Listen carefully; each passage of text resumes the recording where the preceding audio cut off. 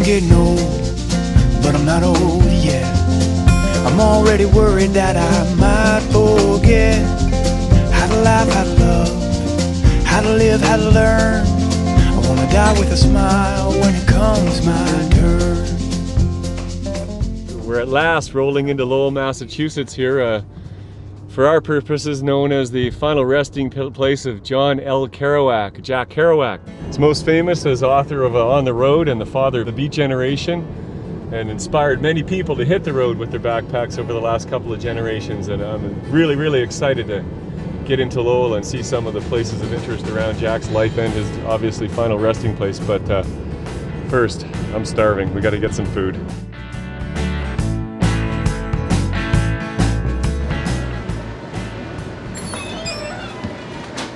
Hey, how you doing? Hey, how's it going? Very good. Look at this spot, eh? Welcome to Lowell. All right. Yeah, Jack Kerouac used to live the next block up. He lived at top of a bar called A.F. Roach's. When he ate, he usually came down here for breakfast and every now and then. If we wanted to maybe go get more information or find more kind of locations and things Kerouac kind of related, any suggestions where we can maybe start? Yeah, I know the great place is the library. The library's got a great thing going on over there for information and anything you need basically to find your way around. You know, that's where I would head.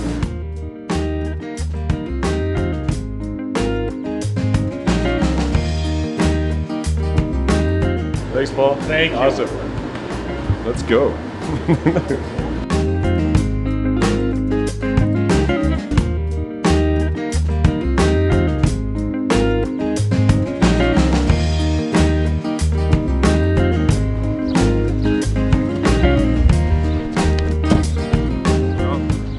Go to a library if you're gonna learn anything about Jack Kerouac, because if he was anything, he was about words and he was about books. So we're here, the Pollard Library. This is a beautiful building. We'll go in and see what we can see.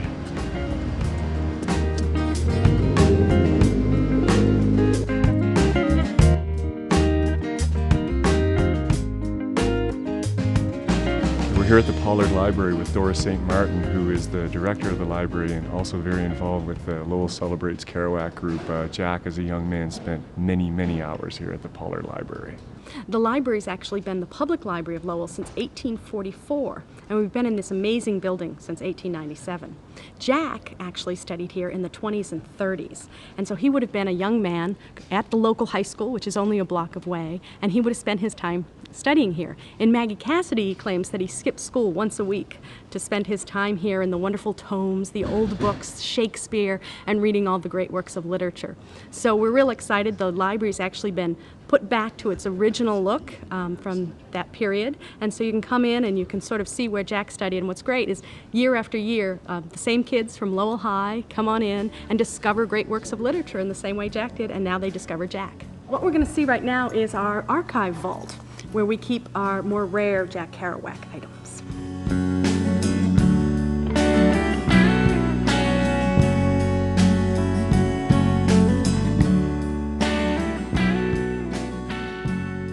Town in the city. I'm about to experience something rare and wonderful. Yeah, this is a wonderful old copy of the town and the city. And Lonesome Traveler, which is a very old edition. Yeah. On the Road. And this is a lovely copy of that wonderful cover that you saw. First edition, yeah. I think there's a significance of place in his works. You can't separate Jack Kerouac from Lowell or Lowell from Jack Kerouac. We're kind of intertwined. All his work is about the feeling of Lowell and being French-Canadian and working in a mill and being in Lowell and what it's like to leave there and then come back. So I think we're very intertwined, Lowell and Jack Kerouac. Dora, thank you so much for this. This is a great building, great time. So many neat things in there. I really, really appreciate your time. We're so happy you came to Lowell and such a sweet ride. This is quite an amazing vehicle. Oh, it's a real chick magnet.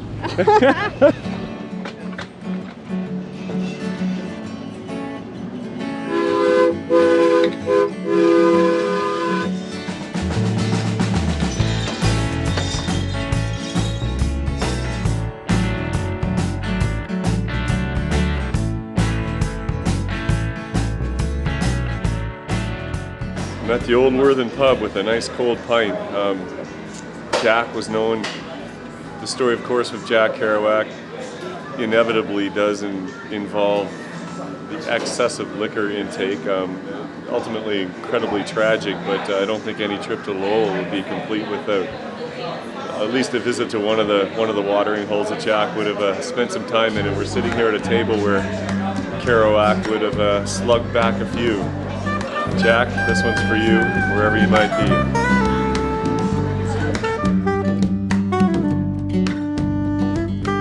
On the Road came out, and suddenly it was such an immense, enormous, mind-blowing success that the idea that suddenly overnight, 7 years after he wrote the darn thing and it finally came out, he was suddenly the leader of some non-existent literary movement. He was an old-fashioned person that always used to say when we were walking down the street, when the Dharma Bums wasn't even being reviewed, he said, "They're not even reviewing my books." He said, "I'm an author. I'm a writer," with that Lowell accent. "I'm an author, Davy, a writer." He said, "Why don't they read my books?" That was all he wanted, and he got his wish. Because 50 years later, everybody almost in the world has either heard of him or has at least a friend who've read his books. And not just On the Road, all those wonderful books. You've got to interview Billy Comensalis. Billy's brother played football with Jack. He knew him at a much earlier time in his life than I did. I knew Jack from 1956 and maintained my friendship with him up until he died, and I was his first musical collaborator and stayed with him when a lot of his friends kind of fell by the wayside when he wasn't fashionable anymore. He was, until the very end, someone who really cared, who really continued to write, and who had so much to offer the world, and who dreamed that someday his work would be appreciated. Thank you. All right. They've got to get one sentence out of that. The world's longest soundbite.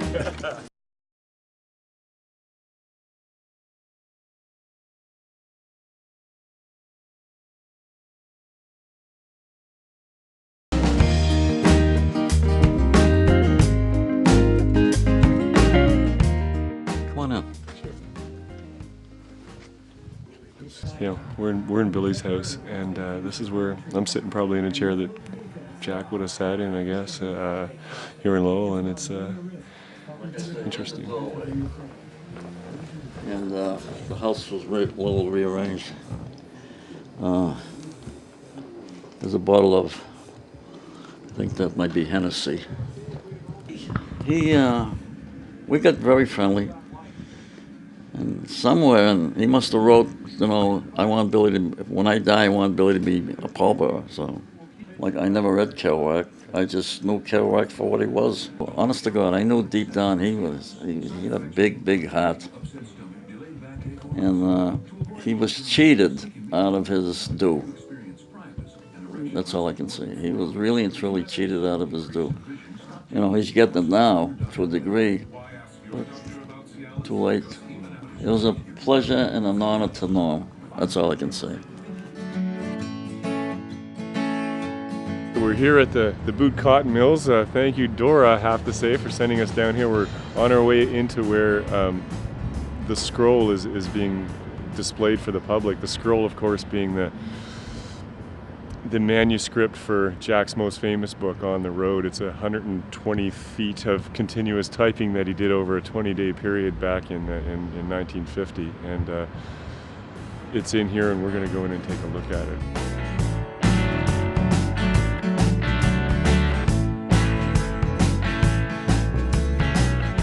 We're here at sort of the unveiling opening event here for the scroll with On the Road. And earlier today, I was lucky enough to be at the media event where Mayor Bill Martin was there to say some words about Jack's work in the context of Lowell, and in the context, I think, of the bigger picture of what it means to be from here and how it can draw people to here. So if we could just get a few words from you in that context, Bill, that'd be great. Sure.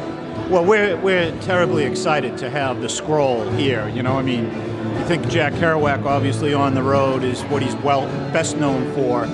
Even though we in the city know some of his other works, you know, The Town and the City and Maggie Cassidy and so many others that were themed here in Lowell, On the Road is really what made him the international sensation that he is. You know, it's not that long ago that we had this major worldwide literary figure walking the same streets in the city that I've come to know and love so well. We couldn't be more proud of the achievement and the literature that he produced, and it was in no small part because he was from Lowell.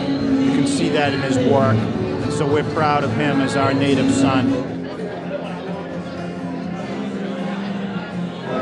Hard to believe such a crowd here for Jack Kerouac. He might spin in his grave, he might enjoy it. He'd like the free beer. Kerouac was purely who he wanted to be, and he just was who he was. No matter, wasn't judged. He didn't allow anybody to judge him. He just went off and he just did what he wanted to do. And I think it's something that's great inspiration for all of us. And I think like Kerouac specifically stands for really what that freedom is, like what we need to be what we need to be free in this country. And I think that's really what Kerouac did for us, has done for us, has really stood for freedom. Why do we do this? We do it to inspire you and to inspire ourselves. Kerouac would want us to go forward. He's a launching pad, he's a springboard. It's not to look back, it's to take what he did and move forward, so we'll have lots of Jack and Jane Kerouacs that we can celebrate in the future. Yeah, I'm Paul Marion. I was born in Lowell. I still live here. I am a writer, and I edited a collection of Jack Kerouac's early writings. Kerouac was one of the, Franco-American descendants. He was born in Lowell, and he went on to become an internationally known writer. So to bring him back in the form of the On the Road scroll is a real coup for Lowell. I mean, this is something that people know about all over the world, and we're seeing that people are coming from far and wide to attend.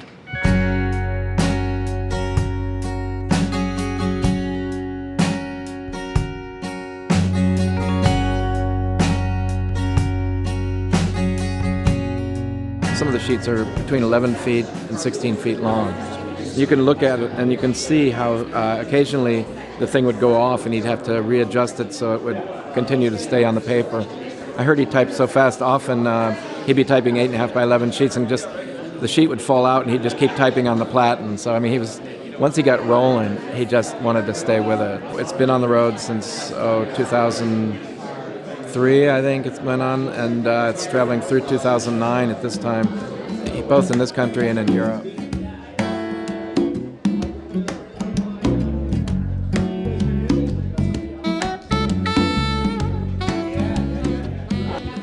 From Gregory Corso to Jack Kerouac. It says, for Kerouac, a living poet who, when he dies, will die still. I promise not to drown a bird in wine upon his death. Gregory Corso. Until you see it in a scroll format, you don't realize it. You look at a book and, it's there. But to actually see the actual scroll was just really kind of exhilarating. It's like sort of a tingly type thing to actually see the scroll. I mean, that's it, he carried that around with him, trying to get published. Pretty intense. It's an amazing accomplishment, just that this thing could be produced out of one person. Okay, we're here with Steve Eddington, who's a Unitarian minister here in Lowell. In the context of what we're doing here with Grave Concern, Steve is an author. He's an author of Beat Spirituality, written a book called The Beat Face of God, which looks at I think, and deals with more... Yeah, it's not just Kerouac, it's about all the beats in general, and what I see as some of the religious spiritual themes in their writings. I think we found our tour guide here in Lowell to take us around. This is fantastic to be here at the Scroll, but I think we got to hit the road. Well, it's my pleasure to always share any of Kerouac's legacy here, so let's do it. Let's do it. All right.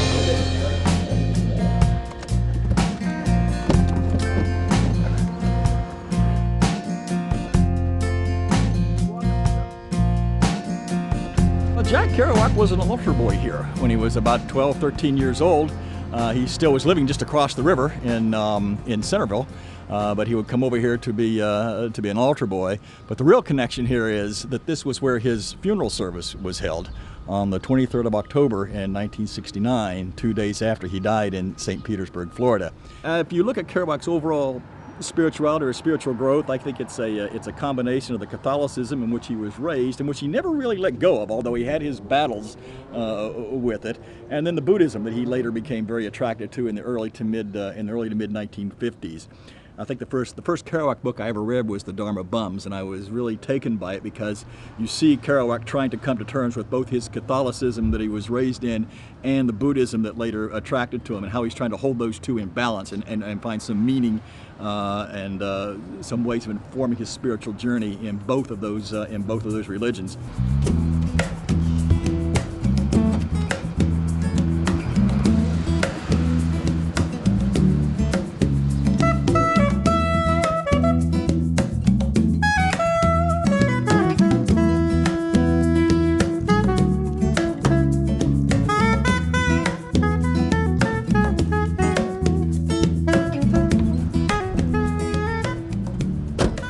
We are standing in front of what is called a double-decker here. It's on Lupine Road. The downstairs apartment is number 7. The upstairs is number 9. Number 9 is where Jack Kerouac was born on March the 22nd in 1922.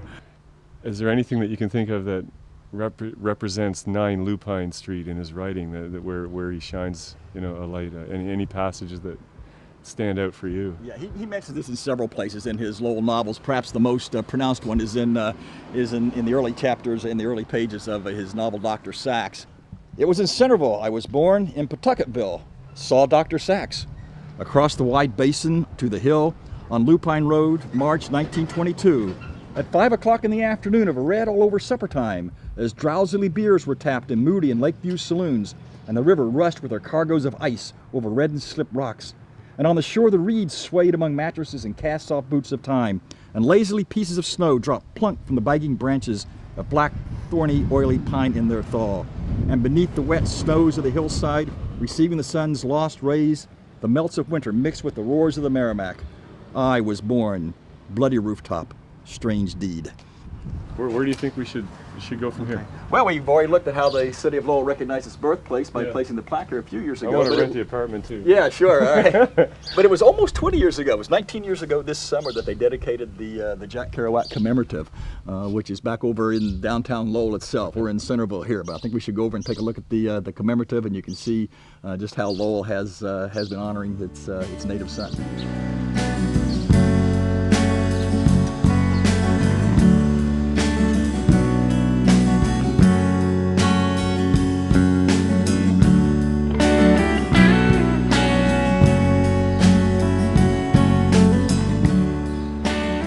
So this is, we're right in the heart center of Lowell here, and this is how the city, one of the ways the city has chosen to honor Jack. Side of this one are the first and the last paragraphs of On the Road. The rest of the inscriptions here, as we say, represent both his road novels as well as his Lowell novels. You got Mexico City Blues, Dr. Sachs over there. Vanity of Bulows, I think Maggie Cassidy, Visions of Gerard.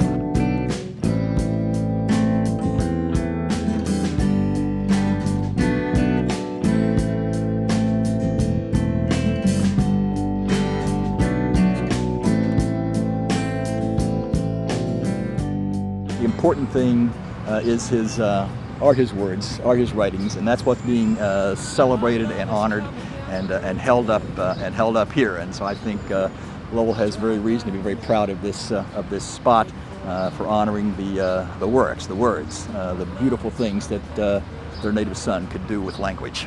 So we've seen his birthplace. Like I said, this celebrates his life's work. We'll now move to where his final resting place is.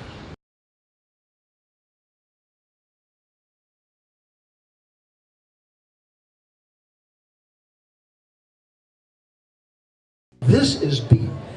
Live your lives out? Nah.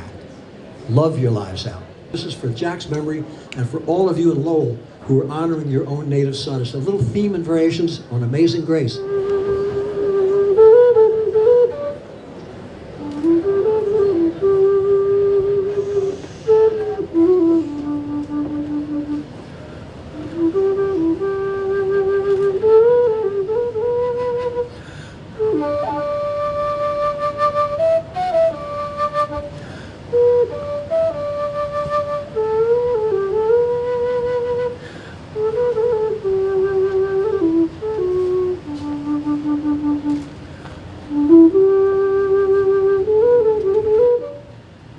I